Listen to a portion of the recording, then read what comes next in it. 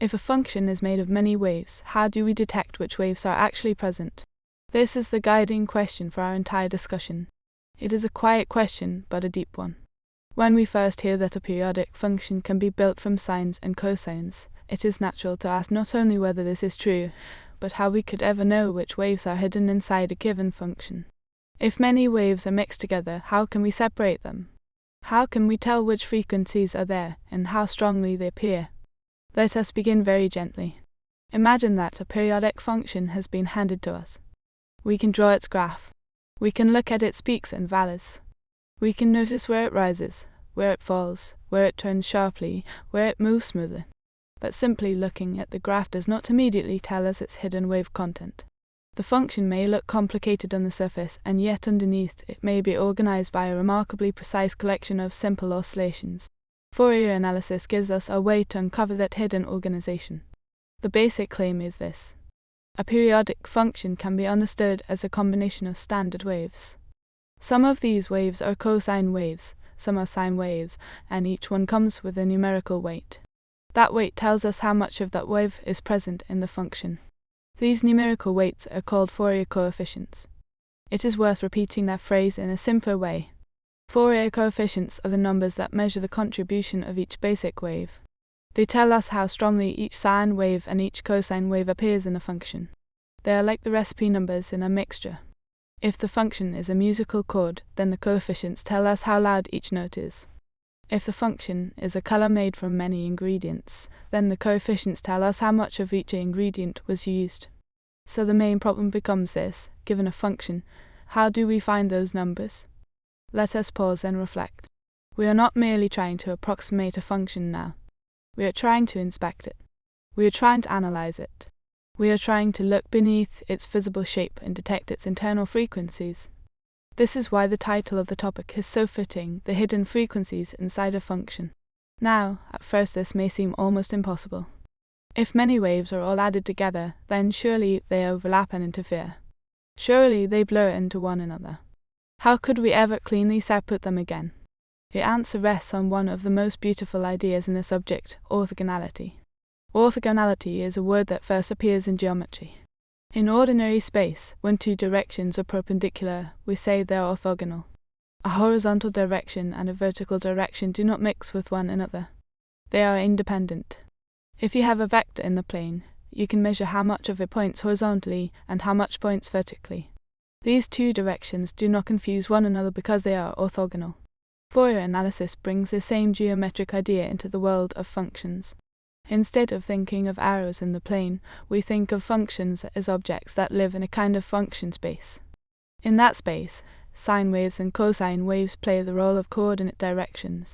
They are like axes. And the remarkable fact is that, under the right notion of angle and length, different sine and cosine waves are orthogonal to one another. This is the central reason the coefficients can be separated cleanly. Let us say that again in a slower way. The reason we can detect individual waves inside a function is that the basic waves do not interfere with one another in the geometric sense that matters. They are arranged in function space the way perpendicular directions are arranged in ordinary space. Because of this, we can isolate one wave at a time. This is where the geometric analogy of projection becomes very helpful. Suppose you have a vector in ordinary two-dimensional space. If you want to know how much of it lies in the horizontal direction, you project it onto the horizontal axis. If you want to know how much lies in the vertical direction, you project it onto the vertical axis. Projection extracts the amount of an object lying along a chosen direction. Fourier coefficients do exactly the same thing, but with functions instead of vectors and with waves instead of axes. A Fourier coefficient is a projection. It tells us how much the function points in the direction of a particular sine or cosine wave. When we compute one of these coefficients, we are measuring alignment. We are asking, how strongly does this function resemble this particular wave? That is a very important sentence, so let us linger over it.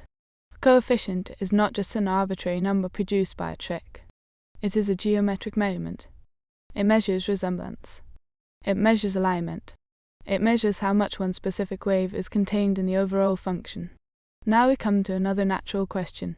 If these coefficients are projections, what is the tool that performs the projection? In finite dimensional geometry, we use the dot product. The dot product allows us to compare vectors and extract components along orthogonal directions. In function space, the corresponding tool is an inner product. And for periodic functions, this inner product is built from integration. So now we can understand why integration appears. It does not appear by accident. It is not just a technical device imposed from outside. It appears because it plays the role that the dot product plays in geometry. It is the operation that compares one function with another. When we integrate the product of two functions over a full period, we are measuring their interaction. If the two functions are well aligned, this integral becomes significant. If they are not aligned, positive and negative contributions cancel, and the result becomes small or even exactly zero. This cancellation is the key. Let us pause and reflect. Integration, in this setting, acts like a very patient averaging process. It surveys the entire period. It does not get distracted by local fluctuations. It gathers a whole oscillation together and asks whether one function consistently matches another. If the match is genuine, the averaging reveals it. If the match is only accidental here and there, the averaging washes it away. This is why integration is a natural tool for isolating a frequency. Suppose we want to detect whether a certain wave is present in a function. We compare the function to that wave and average their product over a full period. If that frequency is genuinely present, the average survives. If other frequencies are present instead, they tend to cancel out because of orthogonality. Everything except the chosen frequency is averaged away. It is worth repeating that because it is one of the deepest ideas in the whole subject. Integration isolates a frequency because orthogonality causes the unwanted frequencies to disappear under averaging. The one we are testing remains. The others cancel. This is why the coefficient formulas are so elegant. They are not mysterious recipes. They are the inevitable consequence of the geometry of functions spaced together with the averaging action of integration. Now let us think more concretely about sine and cosine themselves. Why are sine and cosine so special? One reason is that they are periodic in the simplest and most regular way. They repeat perfectly. Another reason is that they come in distinct frequencies. Each frequency oscillates at its own rate. But most importantly for us, these waves are arranged so that different frequencies do not interfere with one another under the appropriate inner product. A sine wave of one frequency and a sine wave of a different frequency are orthogonal. A cosine wave of one frequency and a cosine wave of a different frequency are orthogonal. A sine wave and a cosine wave of matching or different frequencies are also orthogonal in the relevant setting. This is what makes the whole decomposition possible. They form a wonderfully disciplined family. Each wave occupies its own place. Each wave can be singled out without contamination from the others. We might compare this to a room full of voices, where somehow each person speaks in such a structured way that a perfect listening device can isolate one voice and ignore the others. In ordinary life, that would be miraculous. In Fourier analysis, it becomes possible because of orthogonality. Let us pause and reflect again. A function may look like one complicated object, but from the Fourier point of view it is a superposition of simple, orthogonal modes. And because the modes are orthogonal, each one can be measured independently. This independence is not approximate. It is built into the structure. Now, it is helpful to revisit the projection analogy once more, because this is the point where many learners suddenly feel that the subject becomes more natural. Think of a vector in three-dimensional space. If you know its component along each axis, then you know the vector. The separate components contain the whole information. In the same way, if you know all the Fourier coefficients of a periodic function, then, in an essential sense, you know the function. The coefficients are its coordinates in the language of waves. So the coefficients are not secondary decorations. They are not afterthoughts. They are coordinates. They tell us where the function sits in the space of periodic functions relative to the sine and cosine basis. This is why one can say, very beautifully, that Fourier coefficients are the hidden fingerprint of a periodic function. A fingerprint identifies a person through a structured pattern. In the same way, the full collection of Fourier coefficients identifies the function through its hidden frequency pattern. Two functions may look different in the time domain, as one sometimes says, but their true internal structure is revealed by their coefficients. The coefficients encode the function in the frequency domain. Now let us turn to another gentle but powerful idea, symmetry. Symmetry can often tell us in advance which coefficients will matter. If a function is even, meaning that its left side mirrors its right side in the appropriate way, then cosine terms naturally fit that symmetry. Cosine is itself even. So when we decompose an even function, the sine terms tend not to appear. Their coefficients vanish. If a function is odd, meaning that it changes sign under the corresponding reflection, then sine terms naturally fit that symmetry. Sine is odd. So for an odd function, the cosine terms disappear and the sine terms remain. This is one of the most satisfying aspects of Fourier analysis. Symmetry does part of the work for us. Let us say that more slowly. The structure of the function already hints at which waves belong inside it. An even function prefers cosine. An odd function prefers sine. This is not magic. It comes from the same interaction of geometry and averaging. When the symmetry of the function clashes with the symmetry of a wave, the integral cancels out. When the symmetries match, the coefficient may survive. So symmetry is not just a visual curiosity. It is an analytic guide. It helps us predict the hidden frequencies before we even calculate them. It is worth repeating that because it often brings great comfort when computations seem heavy. A function is not an arbitrary mess.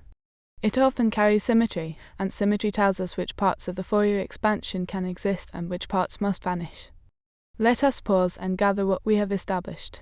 We began with the question of how to detect waves inside a function. We introduced Fourier coefficients as the numerical weights of the sine and cosine components. We understood these coefficients as measuring how much of each wave is present.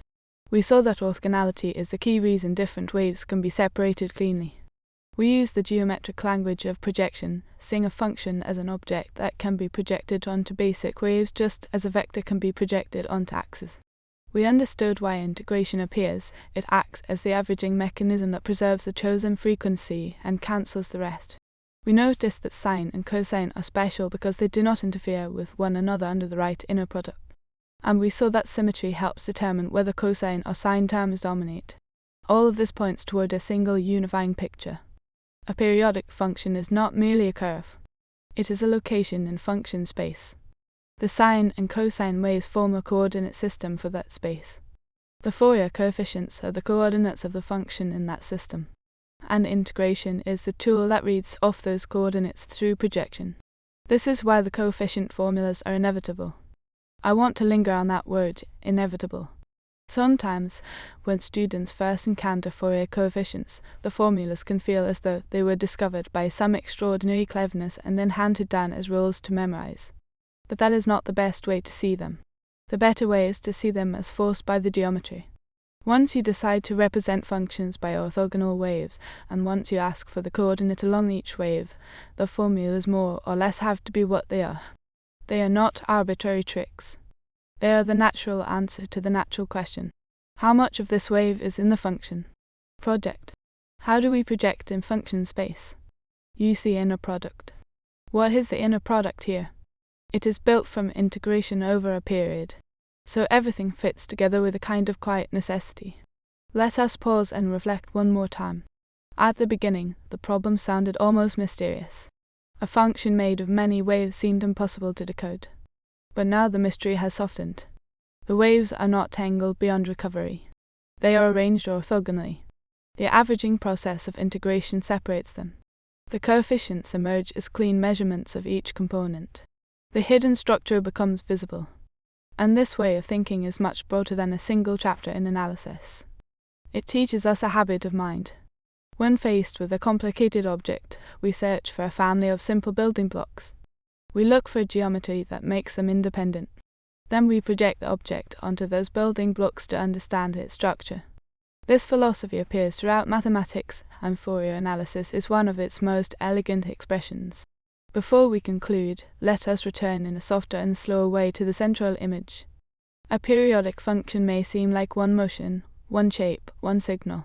But hidden inside it is a whole spectrum of simpler motions. Some waves are strong, some are weak, some may be absent altogether. The Fourier coefficients tell us this hidden composition. They are the numbers that reveal the internal balance of frequencies.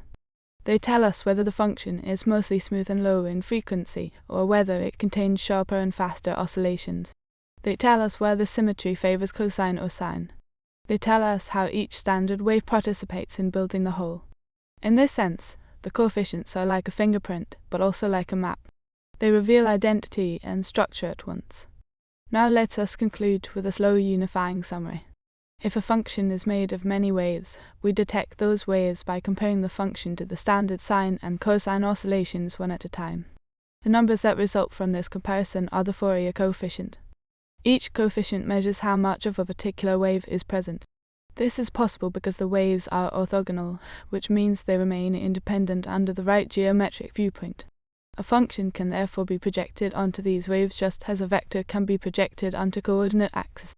Integration appears because it is the averaging operation that performs this projection in function space. It keeps the wave we want and washes away the others through cancellation. Sine and cosine are special because they form an orthogonal family of periodic building blocks. Symmetry then helps us see which of these blocks can appear naturally. Even functions favor cosine, odd functions favor sine. And so the coefficient formulas are not arbitrary tricks, but the natural and unavoidable expression of the geometry of function space. In the end, the Fourier coefficients are the hidden fingerprint of a periodic function. They tell us what frequencies lie inside it, and how strongly each one speaks. And that is the quiet beauty of Fourier analysis.